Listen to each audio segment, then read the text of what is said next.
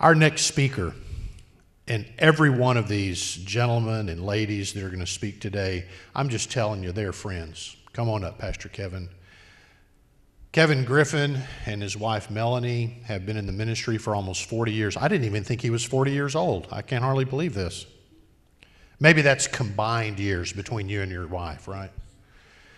The last 22 years as senior pastor, lead pastor. He and his wife Melanie have pastored Cornerstone Church in Winnie for the past 18 years. I'm just telling you, and I say this with all respect, because there's many times you say, Winnie, why would anybody want to pastor in Winnie? I'm still asking. You're still asking that. I'm telling you right now that there are communities out there between 1,000 and 3,000 people. We have 162 locations in our district of communities that size that need churches. And I'm telling you, when you decide to go into these areas and give them a product that is good, that is faithful, you're loving that community, that church will thrive. And that's what's happened in Cornerstone in Winnie. Look at Dollar General. Dollar General in their mission statement years ago said, we are going to put small mom and pop retail stores in small communities. And I'm telling you, they're sometimes the number one stock because they're growing so fast. They say, we're going to go into communities, we're going to give them something that they need, we're going to do it with excellence, and they're going to come. So I'm just telling you, across our district, Pastor Tim has a vision of having a church in every one of those communities. We need churches. Those people are important, and your church can thrive. This is what they've done. In those 18 years, they've gone through 4 hurricanes. And their last one was just last year. An area that many times on the local news, it wasn't talked about a lot. It was talked about, but not like Houston or not like this area. I'm telling you, that area over there was devastated between there and the border of Louisiana. Beaumont, Orangefield. And these guys pastored their community through that. Pastor Greg's done the same thing. We had over 30 churches and parsonages devastated, all the way from Corpus all the way over. But I've asked Pastor Kevin to talk about that, how God can turn a devastation into a blessing, and how to pastor through disaster. And so, Kevin, we love you. We appreciate you, buddy. God bless you. Hey, thank you. Good morning, and thank you, Pastor Greg, for waking everybody up. I came an hour early just to hear you. When I grow up, I want to be just like you. And so it's so good to get to be with you. You know, some of your adjustments you'll make in ministry are not by your choice. Mother Nature will do it for you. And we had planned the whole year, and this last year, Hurricane Harvey cleared our schedule for the remainder of the year. And so today I want to just give you a couple of practical things, because you don't always have to learn the hard way. You can learn through somebody else's experience or through their mistakes. We learned through somebody's mistakes. We have someone that we met years ago that went through major hurricane on Gulf Coast over in the Louisiana area, and they didn't do everything the right way. And we talked with the pastor, and before the storm, they ran on an average 400 to 450 on a Sunday morning. After everything settled down, they were down to 100 people. We asked the question, where are the rest of the people? He said, I don't know. They're gone. Now, they didn't die. They just didn't come back. And so when we learned that, we started looking at how we were going to deal with things, because we live on the Gulf Coast, and we have hurricanes and storms and tornadoes that come through town. And it doesn't matter whether it's that, because you can go move to California. You may not deal with a hurricane, but you'll deal with an earthquake. You'll so these principles will work, or these thoughts will work anywhere you are. So we learn through other people. I can kind of side trip this real quick. I learned how to make staff adjustments through Pastor Greg. We had just hired a new staff person, and 3 weeks later, Pastor Greg was our guest speaker on a Sunday morning. And at lunch, he said, "Before we eat, can I ask you a question?" I said, "Sure." He said, "Where'd you get this guy?" And he just shared his pain with me. And today, that's the shortest lived staff person we've ever had. I mean, because I dealt with it quick the next week, and I mean, your church will go with the flow. So when faced with the same things, we learned number one, just to keep it personal. You've got to keep it personal. We get mandatory evacuations sometimes. So here's what we did to keep it personal. When we knew that we were probably or most likely going to be evacuated, we did our homework. We had business cards set up. We didn't use cell phones because cell phones have a tendency to go away during a storm, or they're not 100% accurate. We had a land number, and we handed to every person. If we had to go find them, we handed it to them. And we said, when you evacuate and get settled, we want you to call this number and let us know where you are. And we were there. And so we knew, my family knows I say it this way: I want to know where all my chickens are. And so within 2 days, I knew where every member of our church was. And can I tell you why that's important? Because one of them evacuated to Arkansas. But I knew that because they called in and reported in, and we had wrote down where they were and had contact. Within a week, one of the family members wound up in the emergency room of the hospital in Arkansas in a few-day hospital stay. There was no way for me to go see him. But you know what I did? I looked up my Assemblies of God churches in that community.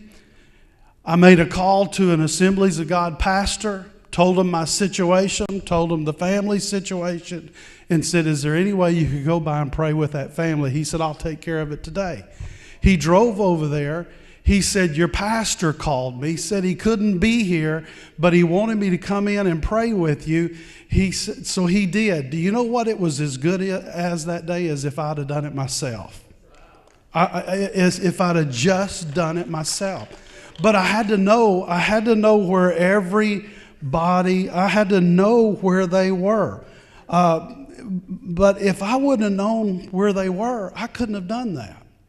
And so I can tell you through 3 or 4 hurricanes, I know where everybody's at. I'm just gonna keep it personal. The second thing is these are just some things that we've learned that have helped us. How many of you are here this morning that Hurricane Harvey affected you in some way? I mean, I know there's some here. I mean, I know some that were out of their homes for weeks. We still have 3 people out of our church that are out of their homes, and I'm going to share one of their stories in just a moment. I forgot to tell you this up front. I'm just going to give you about 4 thoughts, and then I'm going to tell you Courtney's story. So don't let me forget Courtney's story at the end, because it'll be worth it all. Pastor Greg, this will be worth staying. Courtney's story is worth staying for. The second thing we do is we get the church or the ministry up and running immediately, no matter what it looks like. I believe it was Hurricane Rita, we were without power in our community for 8 weeks. The church was up and running within 3 days. I mean, we had a generator, we had 1 phone, and one lady, we had volunteers that answered that phone because it worked. And we were available to anybody in our church and in the community immediately. We had services on Sunday morning at 8 a.m. Can I tell you why? If you've never been through a hurricane, it's because that's the coolest time of the day. And when nobody's sleeping and nobody's talking at home because, it's, a little stressful and problems at home. And so 8 a.m., what we would do is we'd say, hey, we have service, and we're going to have coffee and juice. And all we had was a small generator, one light. We opened the doors of the building, ran two fans, and then had enough to work 2 microphones and 2 small speakers, and we had church. We committed to 1 hour service. We're not going to keep you all day long. 1 hour.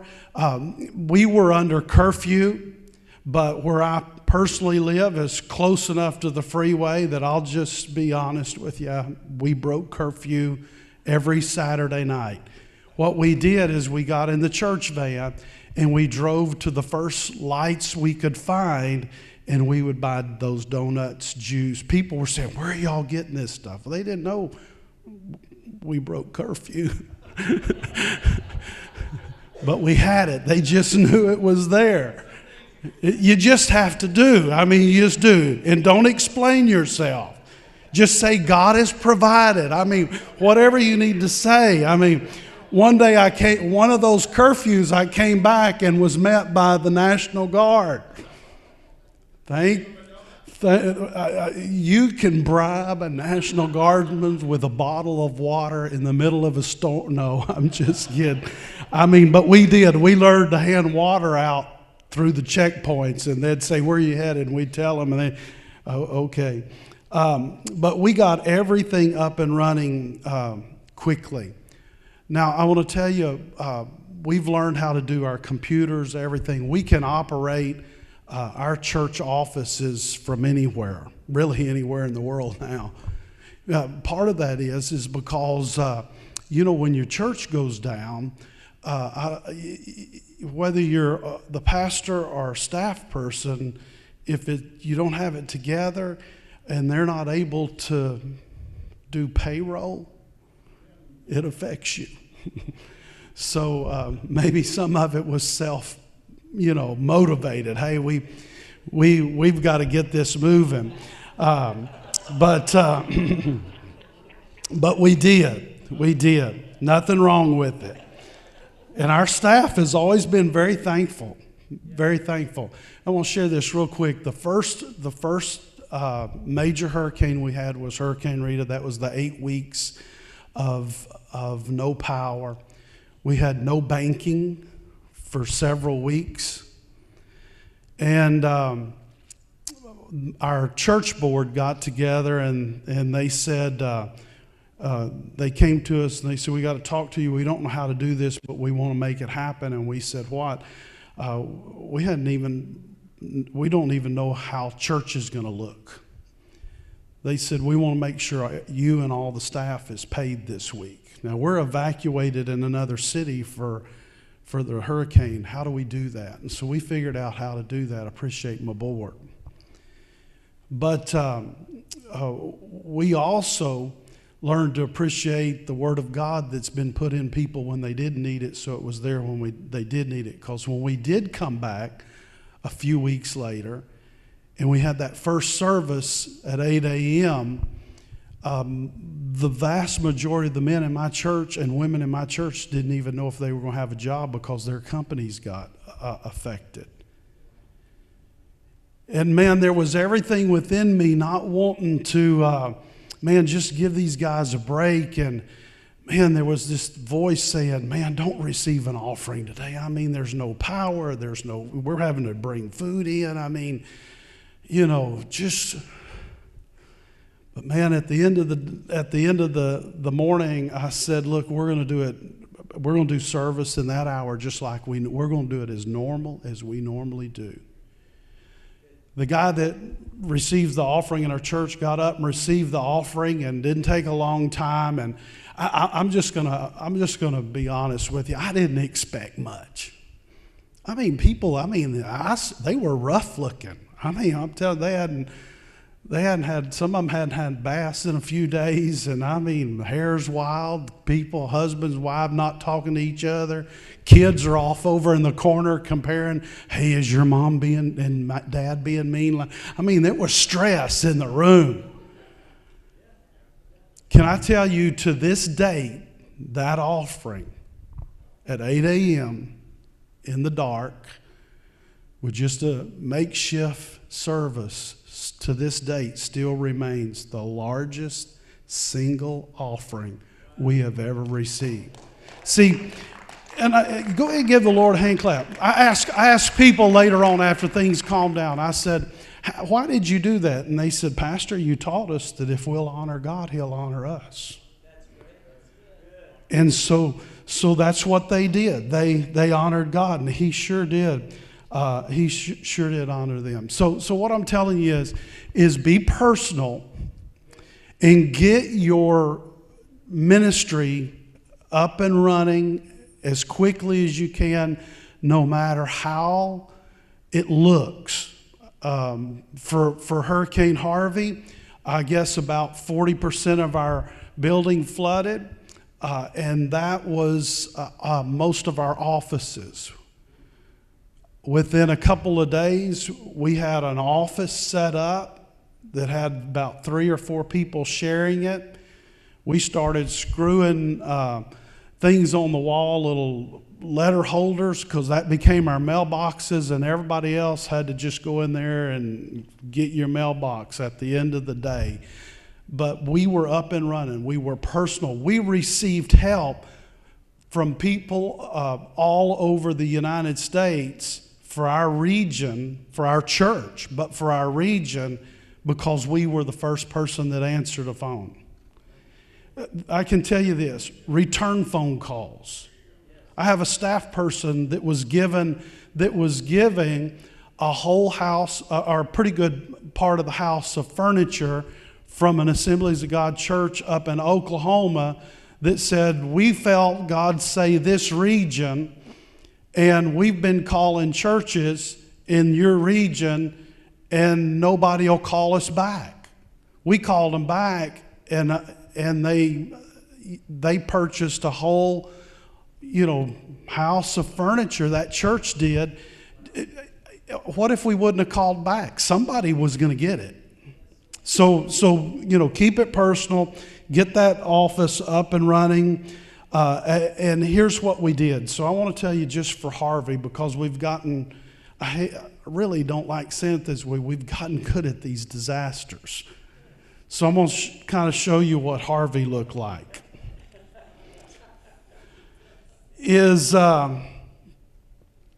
Harvey was a little bit different because it was rising water and flooded, and it affected 60% of the homes in our community.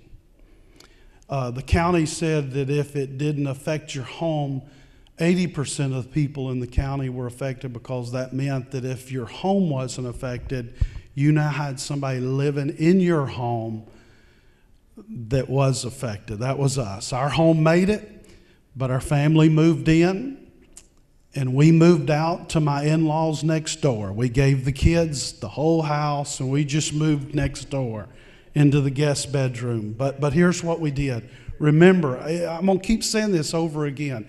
Keep it personal. Here's what the day looked like for us. If we heard that somebody's home had just flooded, because it changed hourly, we drove out personally. Melanie and I got in the church van because there was high water. I mean, a church van can go through high water, let me tell you. We went through high water. We drove out there. We met them at their home. Can I tell you, we heard the story. We listened. We cried with them. We prayed with them. We encouraged them. And we were able at the end, because Holy Spirit helped us with this before the storm, we were able to hand most of them $300 cash. Said, here, this is just to help you for the next couple of days. And I want to tell you why I'll tell you Holy Spirit helped us with that, because we knew we were cut off. The banks knew we were cut off. And you've got to build relationships, which will be my next point. You got to build relationships at a time. Our bank had already been put, the community didn't know this, but you were only going to be allowed to take out so many hundreds of dollars. And that was it. You were cut off because they didn't know when we were going to get the flow of service back again. And I called and asked for, my first draw, I called and asked for $5,000. And they said, Pastor Kevin, we can't do that. And I said, well, this is what I'm going to do. It's not for me or the church. It's for, we're going to help some people in the community. She said, let me make a phone call. They made a phone call to the bank president. The bank president, within 15 minutes, called them back and said that church can have whatever they want. The bank manager called and said, how do you want it? I said, cash. You know, well, we don't know. We're stretched. You know, I said, big bills, little bills, cash. Just don't give me bags of pennies. And they all laughed. But we were able to do it. And there wasn't one person that we left that wasn't crying, wasn't touched. So we just kept it personal. Now, the other thing that we've done is we've had to coordinate materials coming in. We've had to coordinate work teams coming in. So we've had to balance keeping it very personal with our church. But now we're not just pastoring our church, especially through this last Harvey. We became the pastor of the community. Other churches we had other churches coming down and helping us with our distribution center. The county sent workers over to help us with the distribution center. One night we were sick of unloading trucks.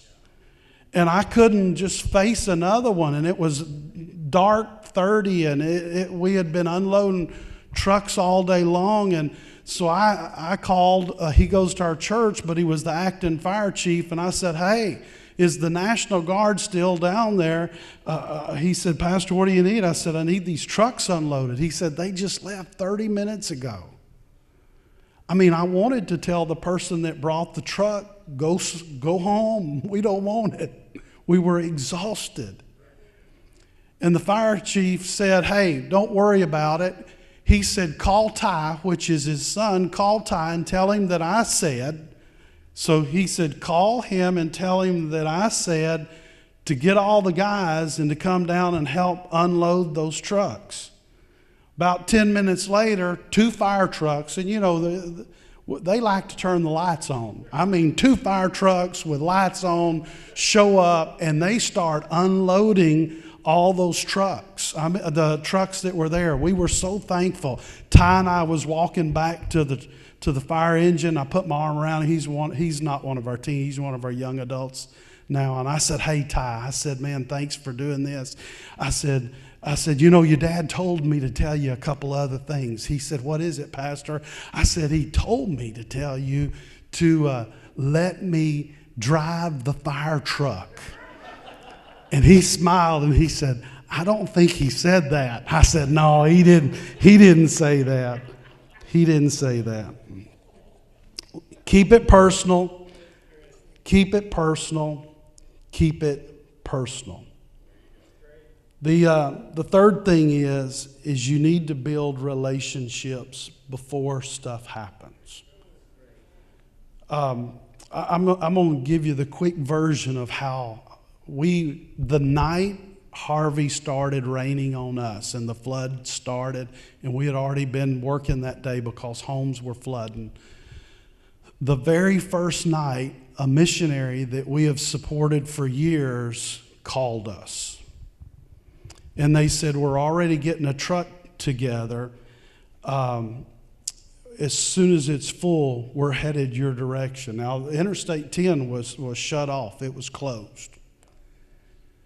My first truck in was actually from a church here in Houston, Pastor Randy and Jana Meeks at Lindale Assembly of God, when the freeways were closed. Now, I won't tell you how other pastors, this is a good way I'm saying this, another pastors with an attitude, a good attitude, that don't take no for an answer, they met the roadblock that was the National Guard and the Highway Patrol. And they said, well, we're going in. And they said, you can't. And they said, we're going in. And they said, you can't. And they said, we don't know what it's going to take, but we're going in. So the next thing, I get a call from the county judge's office. There's a truck up at the roadblock. And so we've really just got one question. And I said, what's that? They said, how did you get supplies that quick? Because the county can't get them that quick. I said, relationship. And they said, well, do you want the truck at the church? I said, yes. They said, we'll escort it there. So when everything, we had to have a certain height to get through the water.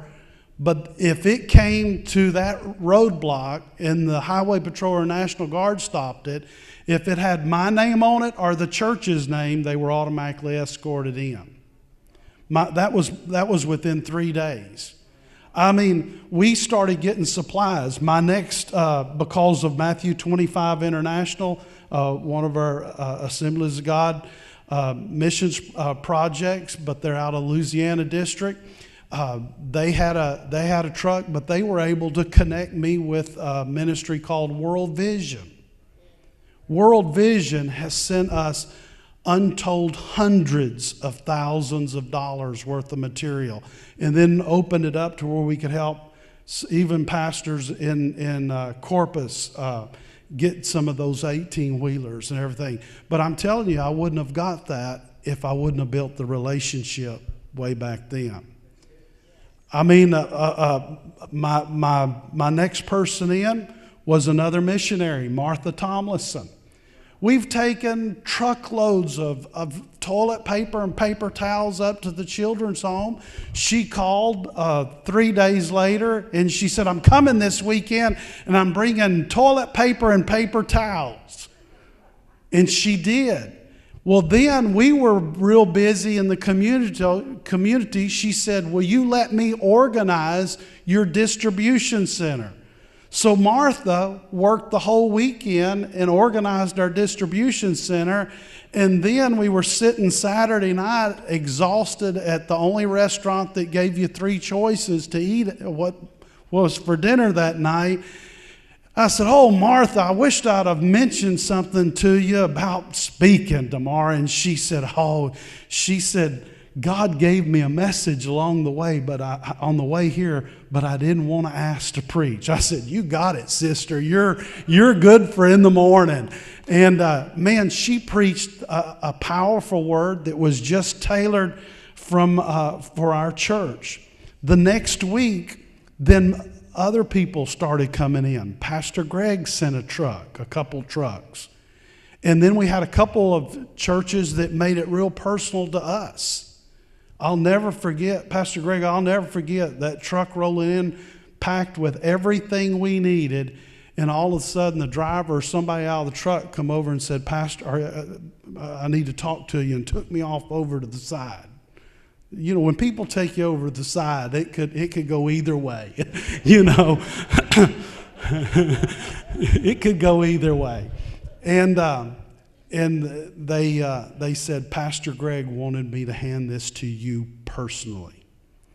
And we had a couple of churches and pastors that did that. And you know what it was for us? It was wind under our sail. You know what that is? That's a personal touch. It doesn't take much effort. It really doesn't take much effort to be personal. We went to Winnie. The church was 18 years ago. It was in a mess. Had outstanding lawsuits, failed building program, money missed. I mean, it was just, the list goes on. And they were down to about 30 people, and we started making things personal. And we just started loving on people. And we just started working with them. And brother, what I'll tell you is I learned to be faithful with the little that God gives me, because until I'm faithful with the little, I can dream as big as I want, but if I'm not faithful where I'm at, I'm never going to get here. I'm never going to get here. I know people in my life that they have a big vision and a big dream, but they never learned to be faithful where they were, and their life has passed them by still talking about the dream. Still talking about the dream. So they made it personal. So those trucks started coming in. We had at least, that I know of, and there may have been more, it's just because I received phone call. I know my district office visited me at least 3 times. There may have been more, but I know of 3 of the visits. One of them was because it was our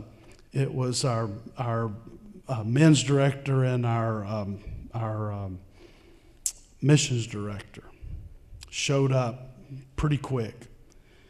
Well, so did the sheriff's department, because it's somebody that goes to our church, and they pulled in, and he just pulled in with the lights, and he said, "Are you having trouble with these guys?" I said, "Yes." So I have a picture on my phone, but swore that it would never go anywhere, of those 2 guys against my building with it. You want that picture? Spread, being patted down by the county sheriff's department. So keep it personal. Have y'all gotten that one yet? Know where everybody, keep it personal. Listen to their story. We had some of those that evacuated. We called them every week. Even in all of the hurricanes, some were gone for a few weeks. Some were gone 6-7 weeks, depending on age. We called them every week. Somebody from our church called them. If they were extra emotional, they got extra phone calls. We tended, it took work, because while we're doing that, we're still having to put stuff back together, still work into the community. In our days, listen, it's work. I'm telling you ahead of time, if you're going to do it, it's right. It's going to be work. Our day started early. We met with teams that had come from all over the United States, coordinating them into the homes, not just for our church, but remember, we're pastoring the community now. So now the county has partnered with us. So they're calling us either the night before or early that morning.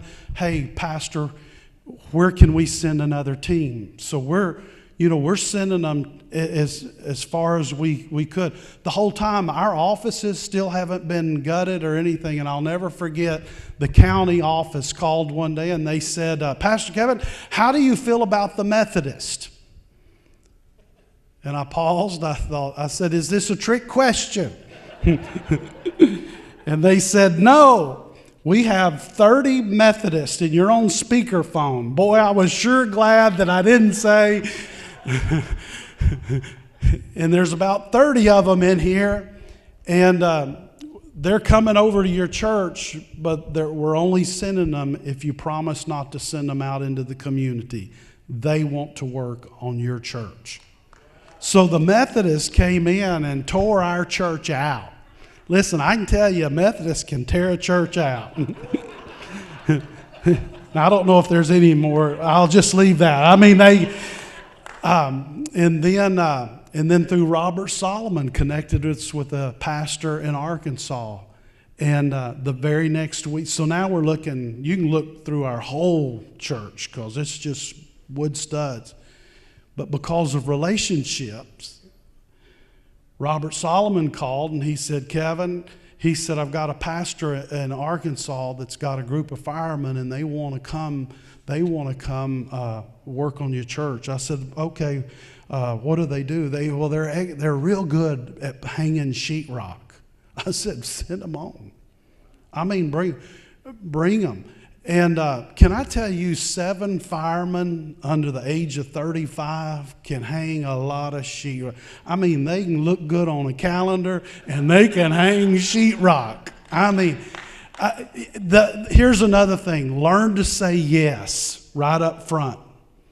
We had pastors call, how are y'all getting so much help? We just started saying yes and figured the problem out as it went. When we said yes to the firemen coming from Arkansas, there was nowhere to put them. So we went up because we had built relationships at the hotels. So we went up and we worked it out with 2 hotels that said we're totally booked. Now, I don't know if they threw people out for us or what, but 30 minutes later they called and they said, we've got it taken care of. Tell the firemen to come. But it's all about relationship. Here's the 4th thing and the last thing, and then I'm going to tell you one of the neatest stories that came out of this for us. The 4th thing is look for ways to take the pressure off of people. For the church, what we did is we had a staff meeting. I don't even remember where we had it, but we had a very short staff meeting. And we made the decision that we are now going to wipe the rest of the year off of the calendar.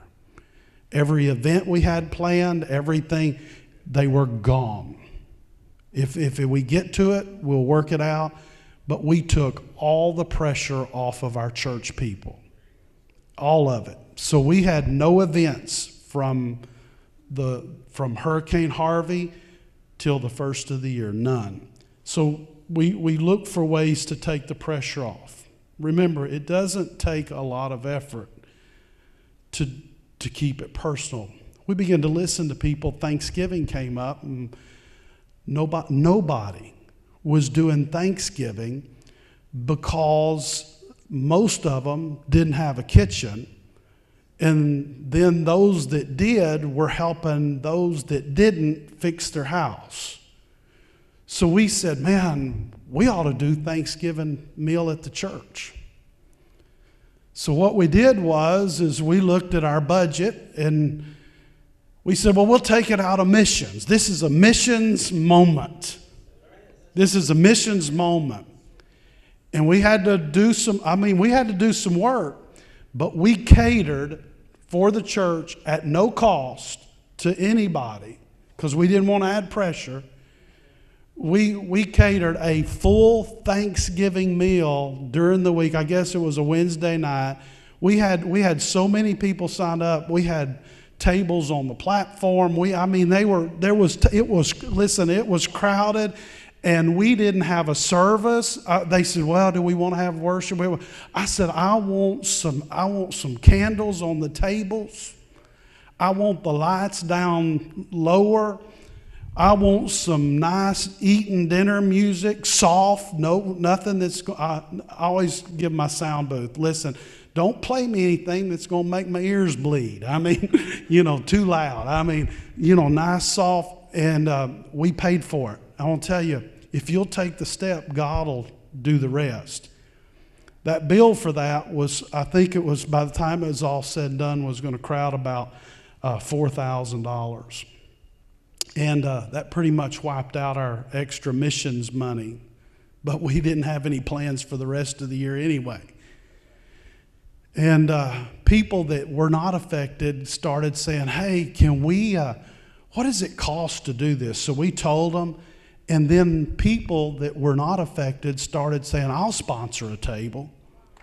I'll pay for a table. And then we wanted to keep it personal. So if somebody sponsored a whole table, we put a card on that table. This table has been sponsored by, John and Jane Doe here in the church. And that table would go tell them, thank you so much. Just keeping it personal. When it was all said and done, it only cost the church $600. we just look for ways to take the pressure off. We're still doing it today. One of the 3 families that are still out of the church, their teenage son, went on to Peru with us on a missions trip this summer. They're living in a little bitty, what most people would call a hunting camper. I mean, it's real small. Their house, they should be back into their house in the next few months, but again, just keeping it personal. So they've been living in that little bitty camper since Harvey happened. So we're taking their teenage son with us in, I guess, July when we went to Peru. And so what we did for them while their teenage son was out of the small camper is we said, look, here's what we want you to do. We've gotten a room for you at the hotel. Now, ladies, you'll understand this. She had been taking a shower in that little bitty camper shower since the storm. Her most excited thing, because we had already heard other people talk about it, about when they got back into their house, especially the ladies, about, it's just so good to have a bathtub. We called up the hotel and we said, we want the nicest room with the biggest bathtub in it. I mean, the biggest one. And that's what they did. And then we keep it personal. We found out what their favorite things to eat. And we went and they had a gift basket. They had cards from other people in the church.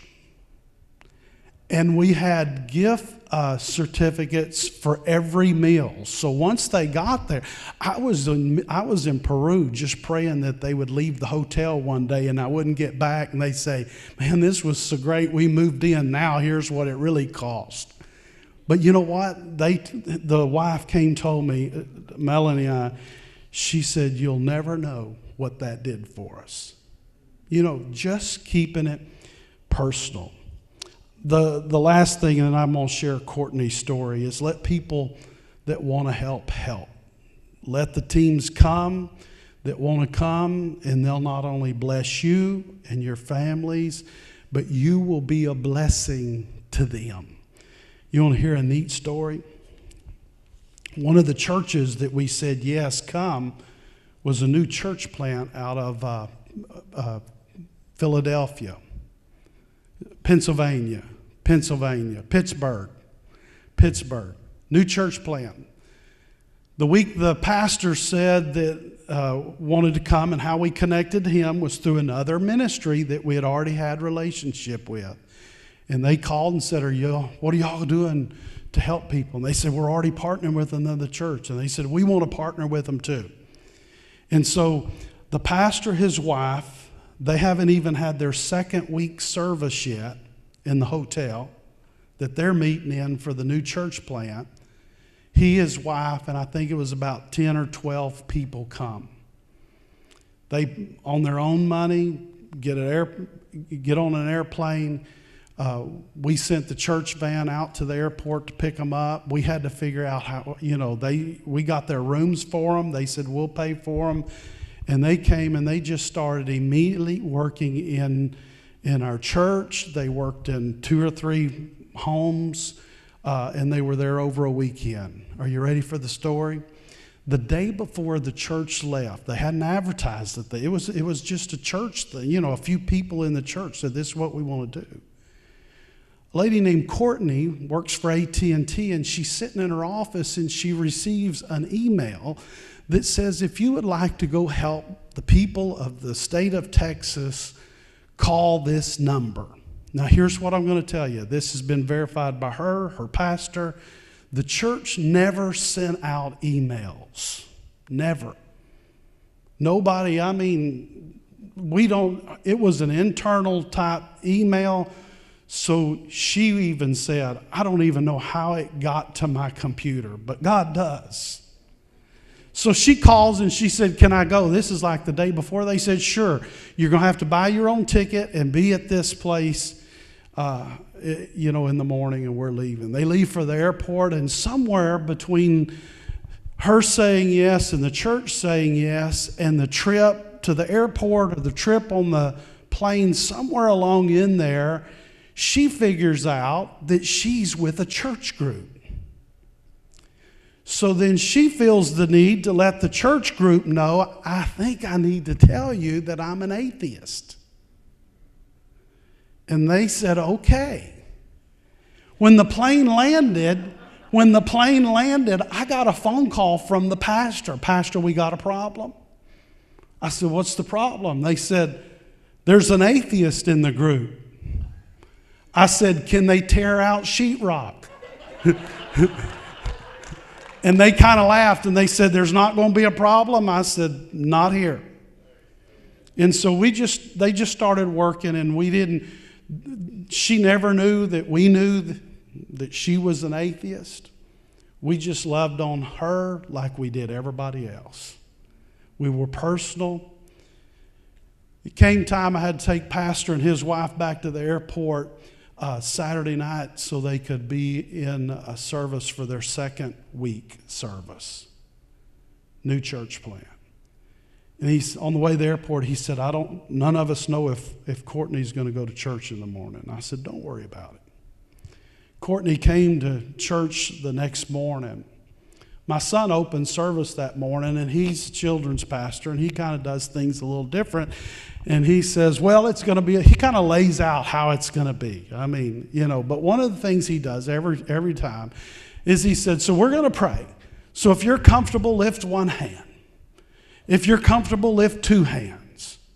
If you want to shake them around, you can shake them around. If you don't want to do anything, and that particular morning he said this, if you don't want to do anything, you just put your hands in your pocket. You can put your hands in your pocket. Courtney quickly put her hands in her pocket and never removed them for the whole service. But she stood in worship. We went to lunch with that group after service, and took them to the airport on Tuesday of the next week. Loved on them, and she warmed up. It wasn't an uncomfortable thing. And she goes back home, but her and Melanie are talking on Facebook. Her and the missions director that we originally partnered with are all talking on Facebook. And from about 3 months later, I get a text message, hey, Pastor Kevin, you remember Courtney? I said, yeah, well, she's asking, can she go to Peru this summer? Well, part of the requirement for going to this particular ministry is you've got to fill out a covenant agreement. And one of the questions is are you saved? She looked over that application for probably 3 weeks. She knew more about that application. I helped make that application. She knew more about that application than we did. We started laughing. Church people don't even read the application. They just say, where do we sign? But she was a person of integrity. Long story short, there's a whole lot more that went on. Courtney wound up getting saved before she went to Peru. And she wound up getting saved. She goes to Peru, and there's still a church plant transient moving from hotels. Pastor, you know how this is. Hotel, and then they had to move to, and so they said, when we get settled, Courtney, you need to follow the Lord in water baptism. And Courtney talked to her pastors and said, I want to go back to the place that I had my first experience. She, 3 weeks ago, she said, can I come back to Winnie, Texas to be water baptized? Are y'all having a water baptism service? We said, yes, we happen to be doing it the day you're coming. We did. We weren't, but yes, now we're doing it. Yes, we're doing it. And she shared her story. And when she shared her story, we learned a little bit more peace. And she was water baptized in our church 3 weeks ago. But here's the part of the story that we learned. Is her life was a wreck. Her marriage was in trouble. She just, her words to our church and to us beforehand were, here's what I had decided to do. I decided I was going to take my life. But before I did it, I wanted to do one good thing for somebody. So her plan was to come do some good things for some people and take her life. But do you think God knew about that? He did, because he sent an email, because nobody else knows where the email came from. And Courtney's life was radically changed in the middle of a storm. That's a great testimony. Here's what I can tell you of us personally, of everything I've just said, of keeping it personal, taking the pressure off. We've been through the 4 hurricanes. We've been through tropical depressions. We've been through tornadoes in the community. We have never lost one person because they said, we just can't take it anymore. Not one. Now, we have had several. We have to walk them through it because their nerves are, they're on edge. We've never lost one. In fact, we have grown in attendance in every disaster. When it all settles down, we got people that we say, where'd they come from? Oh, well, we helped them with sheetrock, or you prayed for them, or you gave them you were out in the community one day and gave them $50 or something. See, it doesn't take a lot of effort. Now, it's going to be work. It's going to be work, but it doesn't take effort to keep it personal. Here's what I'm going to close on, then we've got a couple minutes for questions. When we went to Winning, which was a smaller community, all I'd ever known was the city of Houston. I am a city boy. That's all I'd ever known. I have a house. We have an acre with our parents. Melanie's parents living next door. We now have 2 houses, 15 acres, farmland around us, things that make noise in the night that I still don't know what they are. And I'm not going to go check it out either. We didn't go to Winnie to become the biggest church there, but we did go to become the best.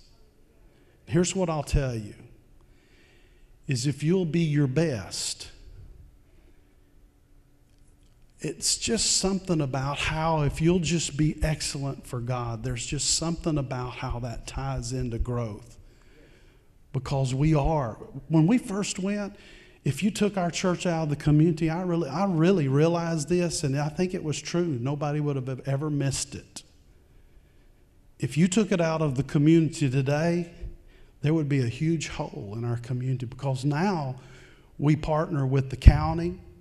We just, with the Local Ministers Alliance, we've been able to partner with the school district and with an after-school program they're doing. And I think if they are from our church or on staff at our church, I think the school's now paying them to do something at night. But all of it is because of relationships. All right? Any questions? Thank you, Greg. I love being with you. Any questions? Anybody want to ask any questions before we? Yes, sir. Do you ever have a time when we have more need than what you can meet during the disaster, more people? You have to kind of choose. The question was, did you ever have where there was more need than there was the ability to help them? We did what we knew we could do. But again, I said this earlier, and you really need to catch this in a big way, is learn to say yes from the very beginning. We started saying yes when we didn't even know if our own house was going to flood. There are pastors that we've been able to help along the way, but they didn't start saying yes till about 4 weeks later. We're already neck deep in everything, and they, don't see red lights, I guess is a good way to say it. Just yes, and figure it out as it goes. And God will give you the creativity to make it happen. I mean, if you'll just take the step. The need was huge, but the more, it's really faith. It's really just what faith is. The ability to start with nothing and end with something. As we started, it's just like we kept getting phone calls. We got trucks all the way from California. This is to Winnie. We got to where we had asked them, how'd you, Winnie? I mean, all the way from California and as far away as New York City. 18-wheelers that just came. I don't know how many. We know what we got in materials. I don't know how many trucks they came on, but it was a bunch. And we're, still connecting people to materials and things today. I mean, we're still doing it. We'll do that this next week. We're helping a couple of families. Okay. So you said make connections. How do you go about making these connections? You make those connections in places like this. Pastor Greg and I, and I've known Pastor Don, but Pastor Greg and I have known each other pretty much since we both started pastoring. And the reason why is, I'm going to tell something I shouldn't tell, is the reason why is the first church I pastored didn't have any money. Pastor Greg was just starting out and he was cheap. It didn't even hurt. It didn't even hurt. But I want to tell you, the relationship, he's changed how I do ministry, because iron sharpens iron. He came to my church to preach. I'm trying to figure out how I'm going to give him a $250 offering. And he gets up at the end of the service and he said, now I want everybody to get their offering out that they were going to give me. And I'm thinking, boy, what a bust of a speaker. He says, well, what is he doing? He just preached and had an altar. I want you to get the offering you were going to give me. And he took it and he said, then he looks at me and he said, were you giving me an offering? Well, now I'm under pressure. Yes, we're giving you a church offering. Is the check ready? Yes. And he sat and he received an offering, and he got Melanie and I up there, and he, once again as a friend, affirmed us, and he said, here's my offering. That was where I wished I'd have given a bigger offering, But I learned, he's been one instrumental. So those relationships, you learn them here. You get to know people in this room. Because here's what you'll never know, where they'll be in a few years. Last story I have, and then I'll take another question, is before I went to Winnie, I worked for the phone company here in Houston. And we had a lady that was she was just one of the employees, but the men were ruthless to her. It was not easy. We were always kind to her. My crew was required to always be kind, and she could be difficult at some time. That's the truth.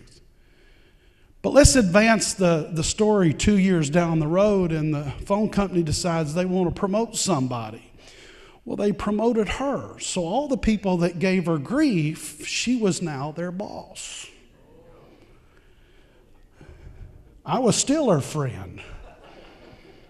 And I'm going to tell you, my company made a lot of money by, you've heard it already, taking the high road. Taking the high road. And till the day I left to move to Winnie, I mean, we were good friends. If she had a problem, she would call and say, hey, how would you solve this? Now, she's really my boss now. I said, well, this is what I do. And she said, okay, I just wanted to bounce it off somebody. So, you build those relationships because you don't know where. My relationship with Matthew 25 in Louisiana, that we've partnered and built a children's home in Peru, done trips to India, to Haiti, pastors' conferences. That It's what connected me to World Vision, who has been an unlimited amount of supply. But if I wouldn't have built that relationship, I would have never experienced this relationship, okay? So these relationships are important, okay? Any other, Pastor Don, you can tell me when we're out of time. Anybody? Okay. All right, thank you.